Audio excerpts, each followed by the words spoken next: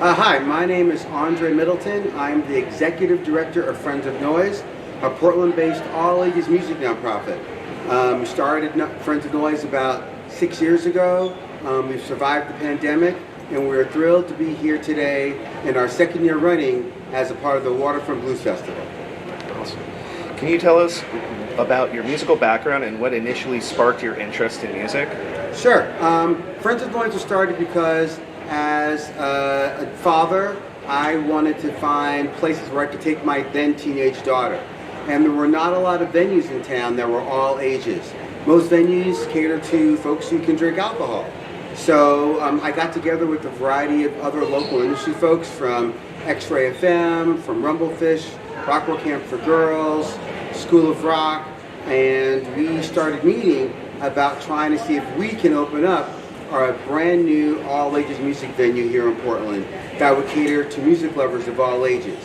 After putting in some real good due diligence and meetings, Friends of Noise was born. So we got our 501c3 number back in 2016, and ever since then we've been putting on concerts, workshops, and creating opportunities for young people to not only perform music, but to actually produce their own concerts. We now have a crew called the Sound Squad Supreme, which are local teams who have become amazing live event sound engineers.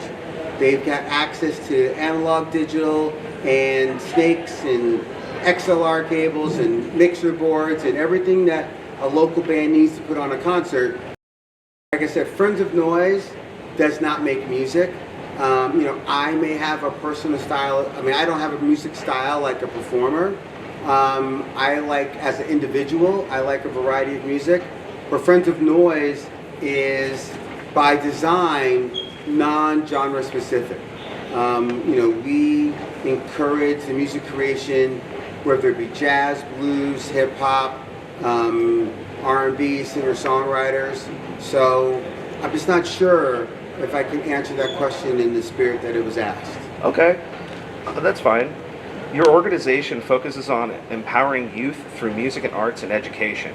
Can you share some success stories or inspiring moments that highlight the transformative power of music in young people's lives? Well, yes. I think it's true that Friends of Noise does seek to empower and transform the lives of the young people that we work with through music. During the course of the last 3 years, with the pandemic in particular, we've realized how much and how important it is for young people to have an outlet to express themselves. One thing that we've developed in the last 2 years is a series of open mic performances called the You Heard. You Heard is a space for BIPOC youth and their allies to come together and express themselves through music and poetry. And it's a very vulnerable space, it's a very caring space, and it's a place where we've actually started to recruit musicians to actually perform on paid gigs at our other concerts. So that, I think, has been a great success.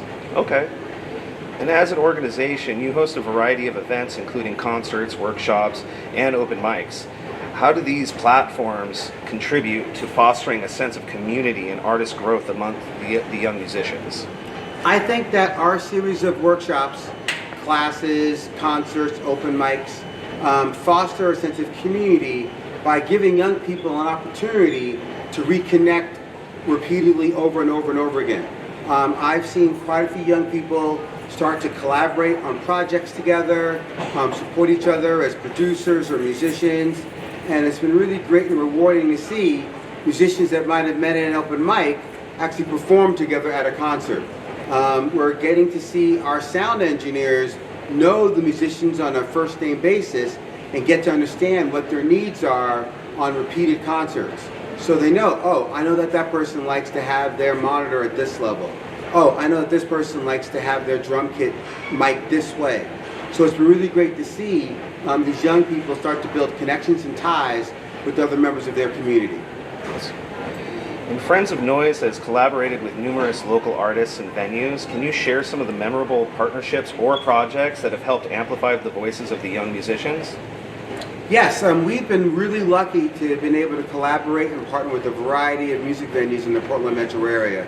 One particular project that comes to mind that was really amazing was during the pandemic, when all the venues were shut down and people weren't performing, we produced a small web series called Friends of Noise TV. And for Friends of Noise TV, we got access to over 8 local venues that were shut down. We basically put on private concerts in those venues. We had each concert had a mixture of adult and youth artists, and they performed just to the crew that were videotaping them.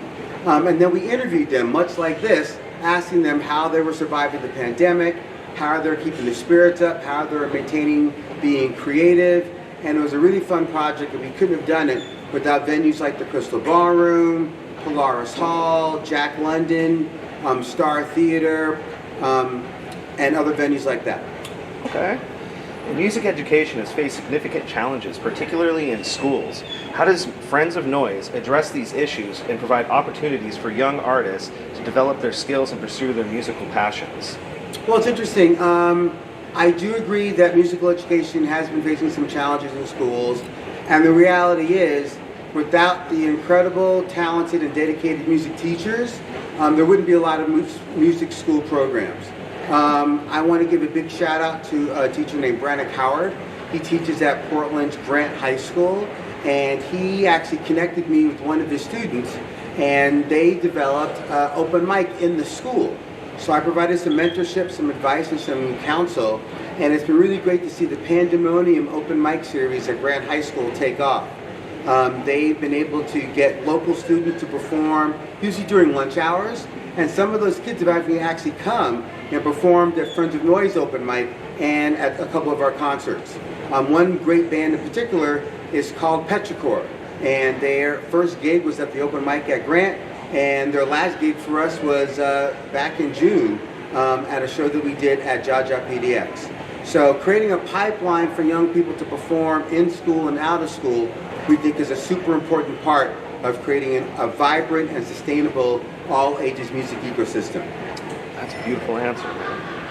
Friends of Noise has actively involved in advocating for policy changes to support the local music scene. Can you share any of the initiatives or campaigns you have been a part of that have progressed and have made any changes?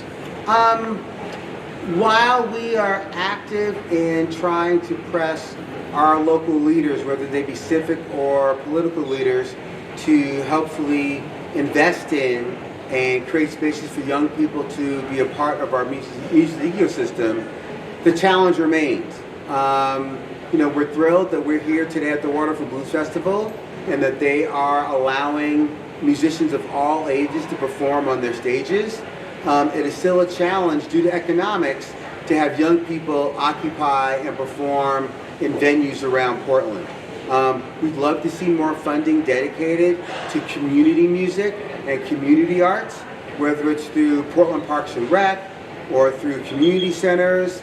The idea of decentralizing entertainment from the sale of alcohol is super important for us. And unless there are spaces like Portland P5 or the Schnitzer or the Judy with the and other spaces like that, it's really hard to get the all-age music scene really taking off. Right now, most all-age concerts are happening in house venues or outdoors under bridges or in parks or in fields, and they just lack the professionalism and the ability to draw really great supportive crowds. So it would be amazing if we could get, most venues in town maybe to dedicate just one night a month for an all-ages show. And if we can get a lot of those venues around town to do that, before you know it, we'd have multiple all-ages shows per month. And how do you engage with the broader community to raise awareness about the importance of supporting local music and creating spaces for emerging artists, especially young ones? Ways that we try and engage the broader community and raise awareness of the issues that we talk about are by doing stuff like this, talking to the media, sending out press releases, getting testimonials from the young people and their parents that are participating in our program. But most of all, putting on all-ages concerts that we hope you and other people come and attend so that you can see and hear with your own eyes and ears the vibrant joy and happiness that young people and adults alike feel at an all-ages concert. I can think of so many times once I was 21 that I got to see bands from all over the country, whether it's Fishbone, the Beastie Boys, Indigo Girls, Nirvana, No Means No, Black Flag. To see bands in person with other people is amazing. To know the songs, to sing along, it's really uplifting and eye-opening experience. And it's a shame that young people are often denied that until they're old enough to drink. So if you can come to a show, visit our website, follow us on Instagram or Facebook, you'll get to see photos and stories and videos and reels about what makes our program so much fun and so important for the future of a truly all-ages, vibrant ecosystem here in Portland, Oregon. And Friends of Noise has also been recognized for its outstanding work in the community. Can you share any success stories or milestones that you particularly are proud of? Well, yeah, right now, a milestone that we've recently achieved, that Friends of Noise has actually grown to be a jobs program for our crew of sound engineers. That's right, we actually pay our sound engineers between 15 and 20 bucks an hour to run sounds at our concerts. It's an amazing summer job. It's a great opportunity for young people to work as a team, develop hard skills when it comes to sound and audio production, but also soft skills in collaboration, showing up on time, filling out a time card, and this being their first, sometimes real job. So we're thrilled that we're able to provide summer jobs for young people, for young women, from young men, non-binary, trans kids, and we're hoping to be able to provide this program for years to come. Okay. And what advice would you give any inspiring artists that are looking to pursue a career in the music industry right now? If I had any advice for young artists that are looking to pursue a career in the music industry, first and foremost, I would recommend that they just practice. The more confident that they feel with what they're trying to say and what they're trying to share, the easier it will be for them to actually perform in front of other people. Check out an open mic. The great things about open mics is that everybody there is just as nervous as you are because they're all there to perform. So every audience that at an open mic that I've ever seen has been super friendly, super supportive, and have manifested what a loving audience can really look like. But last but not least, track down a member of Friends of Noise. Like I said, we are a growing community. We provide not grants, I take it back. We provide resources, whether it's PA systems, community building, access to folks who have a lot of experience in the music industry, and we'd love to support you no matter where you were in your musical journey. Beautiful answer. So lastly, looking ahead, what are your future goals and aspirations for Friends of Noise, and how do you hope to continue to make a positive impact on the local scene and the lives of these children? Our next and hopefully biggest goal for Friends of Noise is to get our own venue. Right now, since we don't have a venue, all the concerts that we produce are in other people's spots, whether it's at Holocene or under a bridge or at the Portland Institute of Contemporary Art or at Oregon Contemporary. We have to find spaces that will allow us to bring our gear there. If we had our own space, we could support touring acts, we could support residencies, we could support a variety of different music genres. We'd love to have EDM nights. People could just dance the night away. So our next big aspirational goal is to find a building, whether it's for lease, maybe lease to own it, maybe buy a building. But if you want to be a big help to Friends of Noise, helping us to find a space that can house about 200 to maybe 400 kids that they can call it their own, where they can graffiti up the walls, where they can make it a space that is youth-centered, alcohol-free, drug-free, but youth-centered. That's our next big goal. That's a beautiful goal. Well, I love Friends of Noise, and I love everything that you do, Andre. And thank you for sitting down and giving me this time to do this interview so you can explain further. I had a great time. Thank you for having me. Thank you so much, man.